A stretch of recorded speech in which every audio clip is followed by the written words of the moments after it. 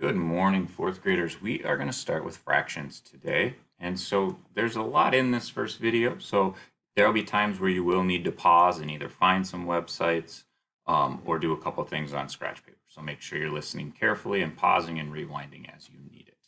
Okay. So first of all, what we're going to use is Think Central. You're going to go into Think Central and go to iTools. Yours looks different than mine, but you should be able to look into iTools or tools on your main screen. And then when you click that, you'll see fractions and you should see something like this. And what I want you to do right now is just explore. I want you to play with this site. Take about 3 minutes. So click pause and play. And then I'm going to have you do some specific things. Okay, so hopefully you've started to see some patterns. And what I want you to do right now is find one hole. So what you're going to do is one hole is right here. And so you click on the red and there you go. There's your one hole. So when you hear me refer to one hole, it's always this in this case, okay? And so the next step I want you to do is now that you have one hole, I want you to try and find a second strip, right? You're going to use your halves, and I want to know how many of them equal one hole. And so you're going to go back to your website. These are halves, okay? And so if I click on it, I see one, and not quite enough. And now a second one. You can combine them, put them together, and compare them, and they are the exact same length. So it took two 1/2 to equal one whole. Okay, so now you have something like this on your iTools, and I want you to try and do it with thirds, fourths, sixths, eighths, and 12ths, basically all of them. I want you to go through and try and build. So here's thirds, fourths, fifths, sixths, eighths. You can even do tenths and 12ths, and see if you can figure out how many does it take to equal your one whole. Well, too short. I can put them together. Too short and too short. No, it's not. There we go. It took 3 1/3 to equal 2 1/2 and, which is the same as one whole. Do the same with the other colors and see what patterns you can find. Pause the video now and do that. Okay, so hopefully what you started to find is the name kind of gives it away, right? So fourths, it took 4 parts to get one whole. Sixths, 6 parts. You see the beginning of each fraction name. Eighths, 12ths, it tells you how many parts it's going to take. So it took 12 parts to get to one whole. Okay, and so that's going to be the pattern that we see in our fraction names. So if there are 4 parts, we call this 1/4. Most of our fraction names just have a TH underneath or THS added to it. And so it's just 6ths, right? THS. So make sure you pronounce that very clearly. That TH is really important. So if it's only one piece, there's no S, but if it's multiple people, multiple parts, we got to add the S to the TH. There are a couple of exceptions to the rule, of course. And so if you have 2 parts, right, we don't call that 1/2, we call it 1/2. Same thing with, we don't say 2/3, we'd say 2/3. Those are just half and thirds are the only ones that we have some exceptions for. Okay, and as we continue talking over the next couple of weeks, you'll have this pattern of names down. Okay, so what I want you to do now is we're going to take these fractions up here and we want to write the fraction. So this is already written as a fraction, right? And then I want you to try and do the word name. So it's 2, and if you remember what we call 3 on the bottom, we call it thirds. So I want you to try and spell it out. So 2/3, and then try and draw it or do the eye tool of it like we just saw. So I would have something like this. I'd have my 3 parts drawn in for the whole, and I have 2 of them colored in, shaded in. Okay. I want you to pause the video now and try that with 1/4, 4/5, 5/6, 3/8, and 7/10 as well. All right, so I got you started. You should have something like this on your scratch paper so far.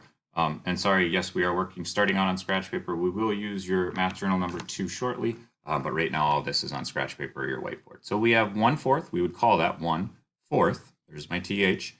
And I have one piece out of 1, 2, 3, 4 shaded in. Next one, 4/5 is 4/5, THS. Now I have 4 parts out of 5 shaded. So 1, 2, 3, 4 shaded out of 5. I have one open spot at the end. Okay? So they should start to look like this. And notice how my fraction strips are all about the same length here. I tried to make them as close as I could. It's going to be kind of messy and they're not exact and they're not perfect. And that's just fine. Okay, so think about what we've seen so far. What does the bottom number of a fraction mean? Right? Well, if we look back at our last one, thirds, bottom number, the 3 meant 3 whole parts to make the whole. 4 parts to make the whole. 1, 2, 3, 4. 5 parts to make the whole. So that bottom number tells us how many parts our whole strip is broken into. Okay? So if I had something like this, if I was going to have 1/6, you'd know there'd be 1, 2, 3, 4, 5, 6 parts in this accordion that make up your whole. Okay? So what that means is the fraction, now the fraction on the top. So if we have 2 parts of 6, right? So say you have 2 out of 6. One way of saying that is we have 2 over 6. Well, you'd have 2 units or 2 parts shaded in. So you'd have 2 parts out of 6. Where we want to get to today is here. We want to be able to show that 2/6 is the same as 1/6 plus 1/6. Okay? And so let's do that again. So if you have 3 out of 6 shaded in, or 3 1/6 parts, we're going to write that as 3/6 is the same as 1/6 plus 1/6 plus 1/6. Those are the same thing. Okay? So go ahead and pause the video now and do that for 4/6, 5/6, and 6/6. If you did the next one, you should have something like this, right? 4/6 means I have 4 1/6 pieces added together. 1, 2, 3, 4, or 4 small 1/6 shaded in, and it would have taken 6 to cover all the way to the end of my fraction stripper to cover the one whole. Okay. So another way we want to get to the last step of this is to be able to say use multiplication. So multiplication is just repeated addition. And we said 2/6 is 1/6 plus 1/6, or 2 times 1/6. Well, if we have 3 1/6 pieces, that's just 3 whole times 1/6. Remember that dot means times. You're going to see this pattern continue. If you have 4 1/6 pieces like we did at the end, that's 4 times 1/6. 5 would be 1/6 plus 1/6 plus 1/6 plus 1/6 plus 1/6. So 5 of those 1/6 pieces added up. And now we could also write that as 5 times 1/6. Right? This pattern could go on forever. We could do this with any fraction. How many ever one unit fraction pieces you have added together is what you multiply it by. Okay? So this is something we're going to be doing in our workbook, something like this. And you'll see those steps soon. So the last part is we said the bottom, the D, the bottom number stands for how many parts make the whole. Well, the top number, that N, stands for the parts that we have, the parts that we've shaded in. So parts over the whole, okay? Parts and whole. Now, the numerator is what we call that number, okay? So that's the number of unit fractions in the whole, or the number of total parts that you have. So now I'm on page 287, okay?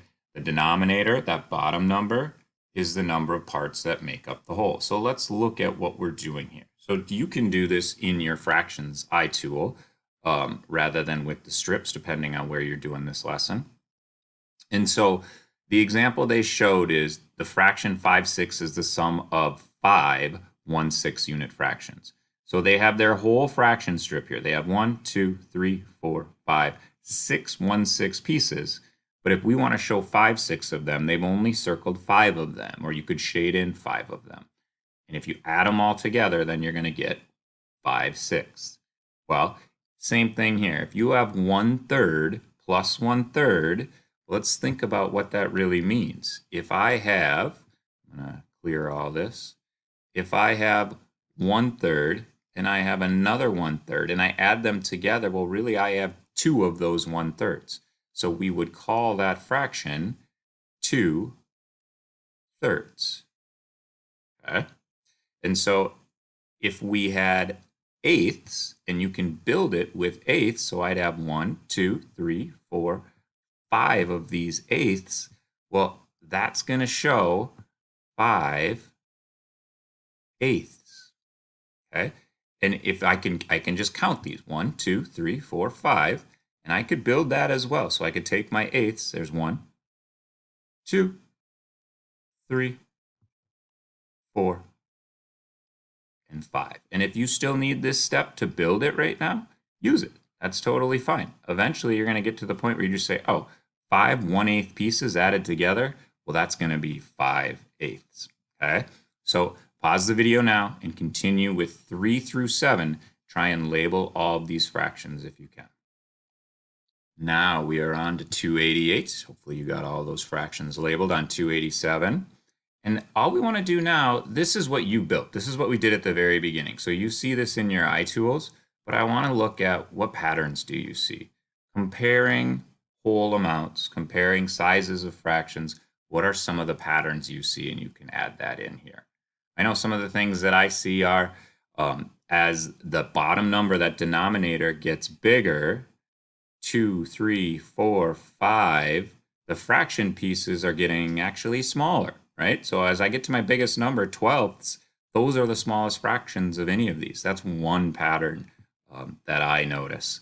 And then I also notice it's interesting when you compare things like thirds and sixths, halves and fourths. These are 2/4 is exactly 1/2. 2/6 is exactly 1/3. So there are some fractions that you can combine together to make what we're going to eventually call equivalent. So what patterns do you notice? All right, now let's move on to 289. And this is the step that I told you we were ultimately trying to get to today. So we're going to use the fraction bar to shade in, and then we're going to write it as an addition equation and a multiplication equation. And so the first one we're showing is done for us, 3/4. I shaded in 3 of the 1/4, and then that meant 1/4 plus 1/4 plus 1/4. Or we write that as a multiplication, 3 pieces times 1/4. Well, let's do that with 3/8. Shade in 3 of these eighths, 1, 2, 3, kind of sloppy there, right? And so I would write that as 1/8 plus 1/8 plus 1/8, or ultimately I have 3 pieces shaded in, and I times it by my unit fraction is 1/8. Do that same thing right now. Pause for the rest of this page and see if you can finish that up and write your addition and multiplication equation, but don't forget to do the shading as well. If you want to build it on your iTools, that's fine as well. Okay, last page that we'll be working on today.